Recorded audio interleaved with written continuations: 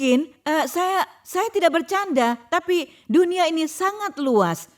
Saya tidak tahu luasnya, tapi satu hal yang saya tahu adalah binatang yang dikorbankan jumlahnya tidak terhitung. Tidak terhitung banyak pertumpahan darah.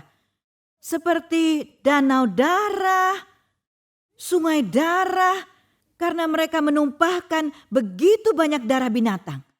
Kerumunan, jutaan orang. Dapatkah Anda membayangkan betapa pentingnya bait itu? Tidak ada lagi tenda. Tuhan memiliki rumah. Saya ingin Anda benar-benar memahami betapa pentingnya bait Allah bagi Israel. Saat ini tidak ada bait Allah di sana. Semuanya sudah hancur karena Tuhan mengizinkan Nebukadnezar datang karena mereka menajiskan rumah Tuhan. Tapi ini adalah hari besar. Dan mereka membawa semua pemusik, semua penyembah, semua pemimpin ibadah. Bisakah Anda bayangkan ini lebih besar dari Grammy, lebih besar dari Oscar, lebih besar daripada yang pernah Anda lihat di MTV atau dimanapun. Dan saya harap Anda tidak menonton saluran itu. Tapi saya ingin memberitahu Anda, ini besar, ini mulia, dan ini untuk Tuhan.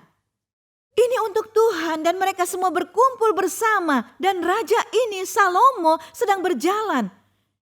Salomo dimuliakan oleh Allah di hadapan manusia. Dan mendedikasikan diri untuk bait Allah. Lalu asap datang memenuhi bait Allah. Kemuliaan Allah datang. Kemuliaan Allah dalam perjanjian lama sebagian besar digambarkan dengan asap, dengan awan besar. Tapi kemudian apa yang terjadi? Memiliki pengalaman di puncak gunung tidaklah penting. Lebih penting untuk bisa bertahan di puncak gunung. Anda mengerti? Tidak hanya penting untuk sampai ke sana, penting untuk tetap di sana. Anda bisa sampai di sana. Anda mungkin tidak tinggal di sana. Anda adalah orang yang lebih baik di lembah. Di lembah tidak ada Batsheba. Tapi ketika berada di puncak gunung, Anda dapat melihat Batsheba. Apa yang Anda lakukan ketika melihatnya? Jadi Anda membawa diri di bawah penilaian yang lebih tinggi. Itu mengapa saya selalu mengatakan dalam semua pelatihan kepemimpinan, karena ada syarat dalam kepemimpinan. Inilah mengapa kami sangat kuat, karena kami tidak ingin orang-orang datang dan jatuh. Kami tidak ingin orang datang dan dipecat. Kami ingin orang-orang datang dan tinggal dan tumbuh dalam kepemimpinan. Ada harga yang dibayar. Ada harga. Salomo tidak bisa membayar. Bahkan Daud tidak bisa membayarnya. Tahukah Anda perbedaan hubungan Daud sebelum Batsheba dan setelah Batsheba? Sebelum Batsheba, Tuhan langsung berbicara kepada Daud. Setelah Batsheba, Tuhan bicara melalui para nabi. Lihat, Anda dimaafkan, tapi Anda kehilangan. Anda kehilangan posisi Anda. Anda diampuni, dan Salomo ada di tempat yang sangat berbahaya. Yang terjadi adalah dia membawa perpecahan ke hatinya terlebih dulu. Setelah memimpin, dia membawa perpecahan ke dalam hatinya. Apa yang membawa perpecahan ke dalam hati Anda? Anda harus mencari tahu di area mana dalam hidup Anda yang terpecah. Saya ingin memberitahu Anda, mungkin Anda tidak mendapatkan hal itu karena hati Anda terbagi dan Tuhan tahu. Dan Tuhan berkata, sampai hatimu tidak terbagi, kamu tidak akan mendapatkannya. Mungkin saya tidak mengatakannya bahwa itu penyebabnya. Tuhan itu pribadi. Tapi kadang ia sedang menguji kita. Apakah itu obsesi dalam hidup Anda? Apakah itu berhala dalam hidup Anda? Dia ingin menyorotnya dan menunjukkan kepada Anda. Dengar putriku, dengar putraku, ini adalah berhala. Dan jika Anda tidak menyingkirkan berhala ini dari hidup Anda tidak akan mendapatkannya. Akulah satu-satunya pribadi yang harus kamu sembah dalam hidupmu. Anda tidak akan bisa menang karena masih ada berhala. Masih ada berhala. Itu hal terpenting bagi Tuhan. Dan Salomo ada di tempat yang sangat berbahaya. Karena perpecahan di hatinya. Kemudian kita melihat setelah Salomo, raja-raja jahat mulai datang. Setelah Daud adalah Salomo. Setelah Salomo putranya. Dia sangat jahat. Semakin tidak mampu Anda menjadi orang tua, semakin tidak mampu juga hidup Anda anak-anak Anda akan menjadi tergila-gila, tergila-gila, dan tergila-gila dengan dunia. Mereka mulai di pelataran dalam, lalu ke pelataran luar, kemudian ke pagar, dan mereka pergi ke dunia. Arah mereka berlawanan. Dan apa yang dia lakukan, dia tidak mengikuti nasihat orang tua. Nasihat orang tua yang lebih berpengalaman. Dia mengikuti teman-temannya, dia ingin menjadi populer. Mereka memiliki geng sendiri dan kebijaksanaan sendiri. Kemudian Tuhan mengirim, tentu saja setelah raja jahat, dan raja jahat, Tuhan mengirim Elia ke sana. Apa yang saya sukai dari Tuhan? Dia tidak meninggalkan kita dalam keadaan gagal. Dia tidak meninggalkan kita dalam keadaan sengsara. Dan dia peduli meskipun hanya 2 orang yang akan datang kepada Kristus, datang kepadanya, lalu dia mengirim utusan. Dia mengutus nabi untuk membawa mereka kepada terang. Dan Elia adalah orang yang melakukan itu. Dan dia pikir dia sendirian. Kadang Anda merasakannya juga, itu adalah perasaan yang normal. Ketika Anda berjalan dalam kemurnian, Anda berjalan dalam kekudusan, dan ada saat dalam hidup Anda merasa sendirian. Anda akan merasa seperti seluruh dunia menuju ke selatan dan Anda menuju ke utara. Ada yang salah dengan Anda. Pernahkah terjadi pada Anda ketika Anda mengemudi di jalan raya atau dimanapun Anda mengemudi dan ada batas kecepatan, bukan? Anda mengemudi dengan kecepatan 45, tetapi ada orang di belakang Anda membuat Anda merasa dibuntuti. Dan Anda tidak nyaman. Dan Anda harus melaju dengan kecepatan 60. Sepertinya dia berkata, kamu payah. Mengapa kamu melaju dengan kecepatan 45? Ada apa dengan kamu? Apakah kamu tidak mampu? Mengapa kamu berkendara sangat pelan? Dan apa yang normal menjadi tidak normal karena tekanan seseorang. Seseorang menekan Anda agar Anda bisa menyesuaikan diri dengannya. Dan ketika Anda melakukan hal yang normal, Anda melakukan hal yang benar, seseorang yang bahkan tidak Anda kenal membuat Anda merasa tidak nyaman dalam ketaatan Anda.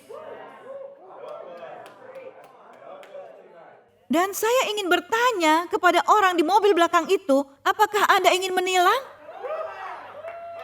Dan ketika Anda dihentikan, apakah Anda akan mengatakan, tahukah Anda ini bukan salah saya petugas, orang di belakang saya itu semua salahnya. Karena dia terus memberi saya lampu, membunyikan klakson di belakang saya. Saya punya nomor plat kendaraannya, saya pikir Anda harus menilangnya sekarang. Apakah harus seperti itu? Anda berjuang, Anda bayar harga. Tapi itulah sebabnya dunia mencoba membuat kita merasa normal dan tidak peka tentang hal-hal yang mereka yakini itulah normal. Karena ketika manusia menjadi Tuhan atas diri mereka sendiri, mereka dapat menulis Alkitab mereka sendiri, dan mereka dapat membuat aturan mereka sendiri. Itu adalah tempat paling berbahaya. Dan saya ingin memberitahu ini sedang terjadi. Dan saya tidak khawatir tentang dunia, saya khawatir tentang gereja. Saya khawatir tentang gereja karena gereja melihat kitab suci secara berbeda sekarang. Gereja melihat standar Tuhan secara berbeda sekarang. Gereja membagikan anugerah abal-abal dan mengubah nama Tuhan menjadi hal-hal lain. Seperti pria di lantai atas. Seakan Tuhan adalah teman mereka, tapi bukan pribadi yang mereka puja dan hormati. Inilah keadaan zaman sekarang. Dan ketika Anda mulai berdiri, akan ada reaksi balasan. Anda mendapat pembalasan, Anda akan dianiaya orang lain. Dan saat ini saya beritahu sejarah, Anda tahu bahwa itu akan terulang. Dan kita melihat ini. Elia datang ke tempat itu dan ada suara Elia. Bahkan sekarang juga dia menangis. Suara Elia menangis. Suara kenabian sejati dari para nabi sejati sedang menangis sekarang. Dan tertulis, kemudian ada 100 nabi Obaja yang diutus, tapi hanya ada 1 Elia. Dan Elia berani memperkatakannya, mengubah keadaan di negeri itu. Dan dia mengatakan akan terjadi kelaparan, akan ada kekeringan. Dan 3 tahun ada kelaparan di negeri itu. Saya hanya ingin Anda memperhatikan betapa berkuasanya satu nabi, satu hamba Tuhan ini. Salah satu dari 2 orang yang saya ikuti, dia sudah tiada, Leonard Ravenhill. Dan dia berkata, satu orang dengan Tuhan adalah lebih baik. Satu orang dengan Tuhan lebih baik. Anda jangan melihat lebih baik dari sudut pandang duniawi. Saat Anda seiring dengan Tuhan, Anda lebih baik.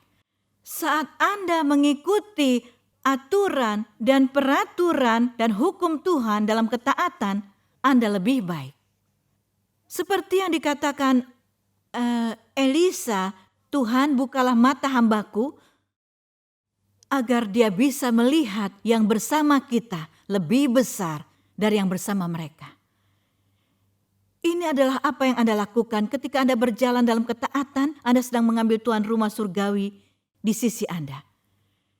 Dan tidak ada yang lebih besar dari itu. Satu raja-raja, ada satu hal yang selalu saya bicarakan.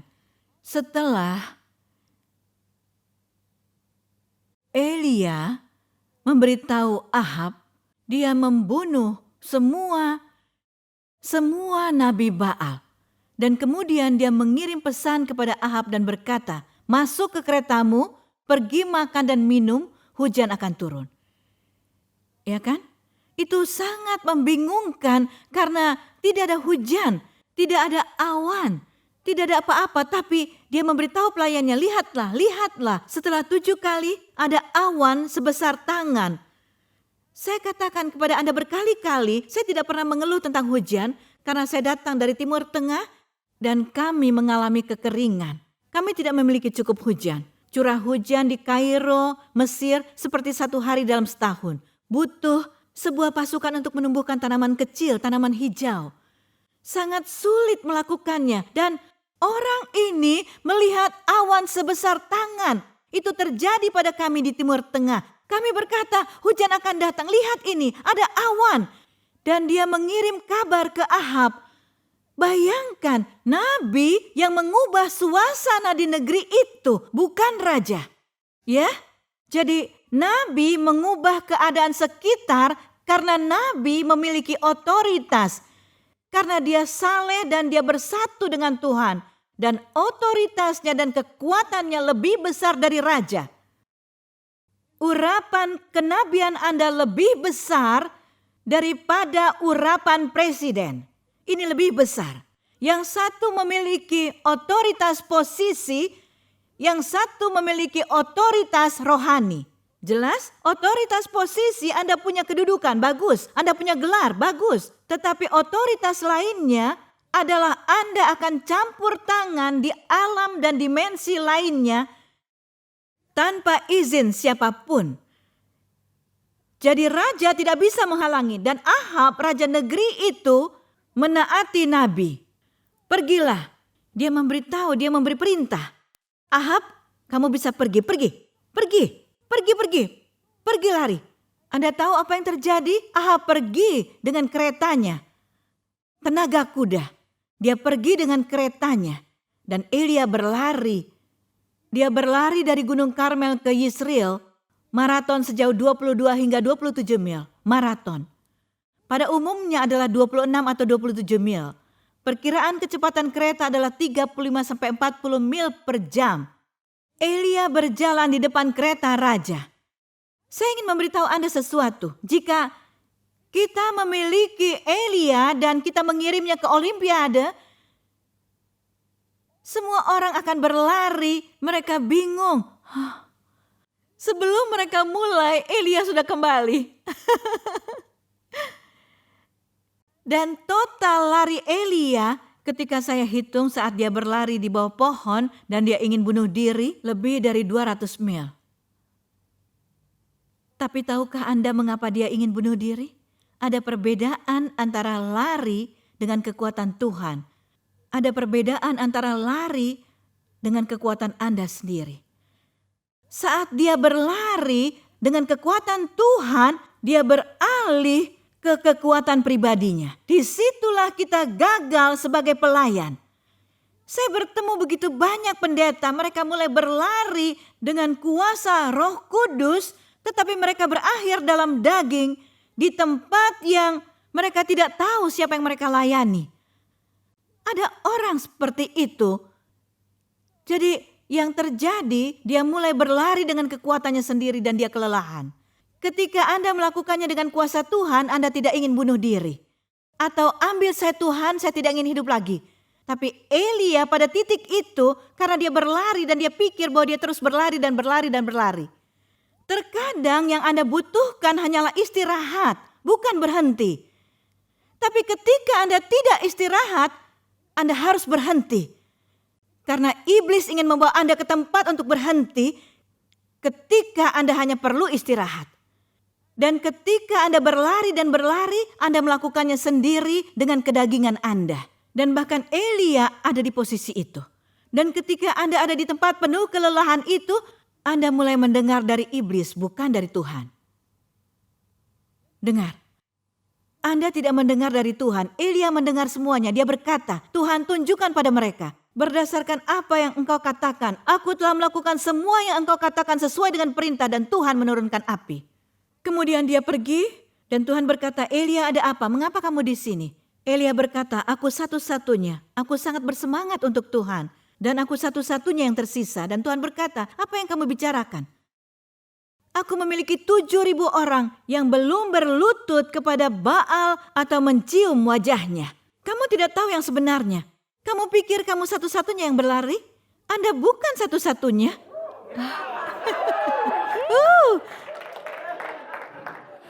Anda bukan satu-satunya yang berlari.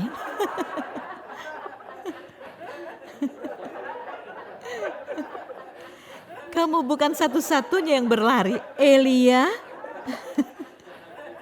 Dan Tuhan berkata, apa yang kamu lakukan di sini? Kembalilah. Kembalilah ke tempat yang kamu tuju. Dan dia berkata, urapi Yehu sebagai raja baru dan ambil Elisa sebagai penerusmu. Pekerjaanmu belum selesai di sana. Kamu tidak memiliki izin untuk berada di sini. Anda lihat terkadang orang mulai meninggalkan tempat, gereja, pelayanan, padahal mereka tidak diizinkan keluar. Kepala mereka menjadi begitu besar, mereka berpikir mampu menjalankannya dengan Tuhan ketika mereka tidak berlari dengan Tuhan. Mereka pikir tidak bisa melakukannya sendiri. Hei, halo, berhenti. Anda baru saja mulai di sini. Anda belum melalui proses dan Anda pikir ini sulit. Dan Anda sudah mulai menyerah, Anda tidak ada di sana. Anda harus kembali ke tempat Anda memulai di sini. Kembalilah ke asal Anda dan mulailah berjuang lagi. Karena Anda benar-benar kehilangan tujuan Anda di sini. Anda benar-benar kehilangan penglihatan Anda. Dan Tuhan mengirimnya kembali.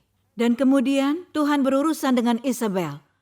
Jadi saya ingin melihat sosok Isabel karena kita akan melihatnya dari beberapa sudut pandang. 1 Raja-Raja 19, karakter Isabel adalah karakter religius. Religius yang palsu. Isabel memiliki nabi-nabi Baal.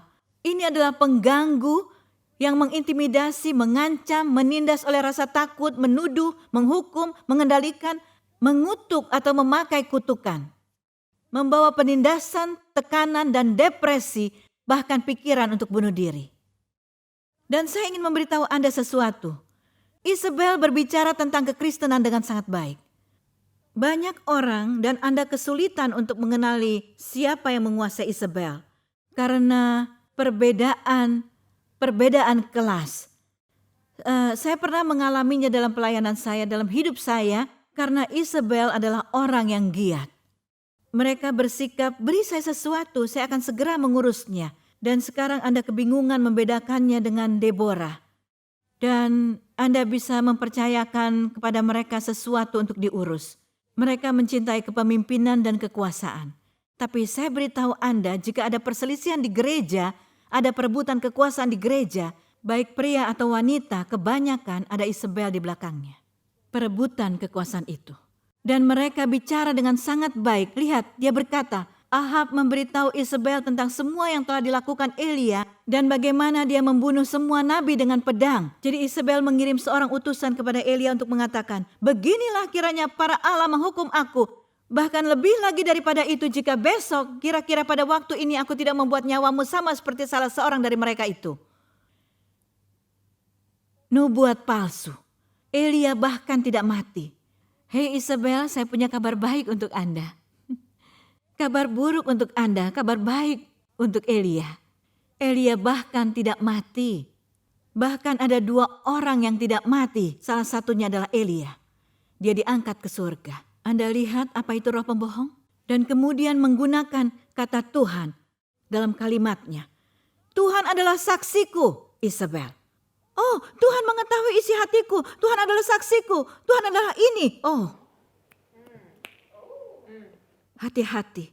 Ketika orang mulai bicara bahasa rohani semacam itu adalah pertanda. Dia bicara seperti itu. Dia tahu bagaimana bicara tentang bahasa rohani. Kita sampai pada akhir pengajaran kita. Kita berbicara tentang 42 raja dan dengan Manasya. 8 diantaranya adalah raja yang baik. Manasya adalah raja yang jahat berubah menjadi raja yang baik. Saya ingin memberitahu Anda 2 hal tentang hati Tuhan. Salah satunya, Ahab bertobat dari semua dosanya. Dan dia mengenakan kain kabung dan abu dan mulai berpuasa. Dan tentunya Anda tahu Ahab, betapa jahatnya dia. Tidak ada raja yang sejahat dia. Demikian tertulis dalam kitab suci. Dan kemudian Manasya sama jahatnya dengan Ahab. Dia membunuh, dia melemparkan semua putranya ke api. Dia melakukan ramalan, dia menyembah berhala. Dia melakukan semua di Alkitab yang menurut Anda seharusnya tidak dilakukan. Dan keduanya bertobat. Saya bicara dengan seseorang yang memiliki saat yang sulit untuk menyingkirkan kutukan, rasa malu dan rasa bersalah dari dosa-dosa masa lalu dalam hidupnya. Berikut adalah 2 raja. Mereka adalah Raja Israel dan Yehuda yang paling jahat. Tetapi ada saatnya Tuhan mendisiplinkan mereka dan mereka datang ke tempat pertobatan dan Tuhan mengampuni mereka. Dan Tuhan berkata untuk Ahab, aku tidak akan membawa bencana yang aku rencanakan pada waktunya karena pertobatannya. Untuk Ahab dan Manasya, Tuhan juga melihat kesengsaraannya dan menjawab doanya. Dan dia diampuni. Itulah hati Tuhan. Terlepas dari segalanya, dari semua kejahatan yang kita lakukan, terlepas dari semua kegagalan, dan semua sakit hati yang kita bawa kepada Tuhan. Itulah hati Tuhan. Untuk mengampuni kita, menunjukkan belas kasihan, dan membawa kita kembali kepadanya. Semua yang dia minta, Anda akan lihat dalam nabi-nabi kecil. Kembalilah padaku, kembali padaku, kembali padaku. Dari semua raja, hanya ada 1 ratu, dan dia adalah putri dari Isabel dan Ahab. Itu adalah satu-satunya ratu dan pemerintahannya tidak berlangsung lama. Tapi saya ingin menutup dengan ini. Utamakan memahami hati Tuhan. Di atas segalanya. Mungkin Anda telah melihat banyak dan Anda berpikir jika mereka tahu, jika mereka mendengar apa yang telah saya lakukan, jika mereka tahu apa yang telah saya lakukan, pikiran mereka tentang saya akan berbeda. Atau saya tidak berpikir Tuhan bisa memaafkan saya. Dia bisa memaafkan ini, tapi ini sangat gelap bagi Tuhan. Saya ingin memberitahu Anda sesuatu.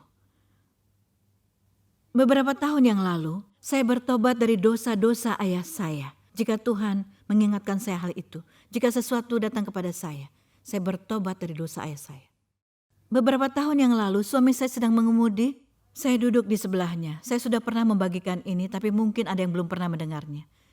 Saya duduk di sebelah suami saya, Dan Tuhan menyingkapkan, saya percaya Tuhan menyingkapkan sesuatu ke pikiran saya tentang ayah saya. Dan dosa yang dilakukan di rumah ayah saya. Itu benar-benar buruk sampai saat ini saya tidak sanggup mengingatnya. Tapi saya ingat momen itu.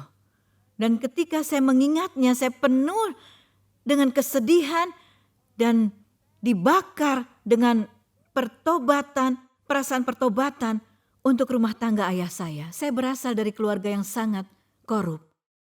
Dan saya masih tidak ingat apa itu. Jadi saya berkata pada diri saya saat itu, ketika kami pulang, saya akan pergi ke tempat doa saya dan saya akan bertobat dari hal itu. Saya akan melakukan ini, ritual saya, Tuhan, ini. Ingat dan serahkan dalam darah Yesus dan bertobat. Kami pulang setelah berjam-jam. Saya tahu bahwa saya akan bertobat dari sesuatu. Saya tahu bahwa saya akan bertobat dari sesuatu yang berhubungan dengan dosa ayah saya. Dan saya pergi ke tempat doa saya dan berkata, Roh Kudus, Roh kebenaran, pengungkap semua misteri, tolong ingatkan saya dari apa saya akan bertobat. Itu adalah sesuatu yang sangat tercela. Tunjukkan pada saya agar saya bisa bertobat atas dosa ayah saya. Dan Anda tahu apa yang dikatakan Roh Kudus? Aku tidak ingat. Roh Kudus berkata, aku tidak ingat. Jadi saya melanjutkan percakapan ini dengan Roh Kudus. Saya berkata, bagaimana engkau tidak ingat? Karena aku bilang akan bertobat dari dosa di dalam mobil. Dan itu benar-benar sesuatu yang aneh. Dan Roh Kudus berkata, saat kamu berkata kamu akan bertobat dari dosa itu dan kamu memiliki pertobatan di hati kamu sedang berjalan dalam semangat pertobatan. Dan pada saat itu juga, aku menepati janjiku, karena dalam janji aku tidak hanya memaafkan, aku melupakan. Jadi aku tidak bisa mengingatnya untukmu, karena aku menepati janjiku. Jika ada orang, katanya kepada saya juga, jika ada yang membawa kamu, keingatan kamu, itu bukan aku, itu iblis. Karena dalam Alkitab sangat jelas tertulis, sudah selesai itu di dalam darahnya. Aku tidak ingat. Karena aku berkata, aku memaafkan dan aku lupa. Jadi saya ingin bertanya kepada Anda sekarang. Akan ada altar call? Hal-hal yang Anda pikir Tuhan berlawanan dengan Anda, sebenarnya Anda sedang mengurung diri. Dan Anda harus bebas dari hal-hal itu. Anda harus bebas dari kebohongan palsu bahwa Anda tidak diampuni. Mungkin satu hal yang perlu Anda lakukan, bertobat dari ketidakpercayaan Anda bahwa Anda telah diampuni. Haleluya.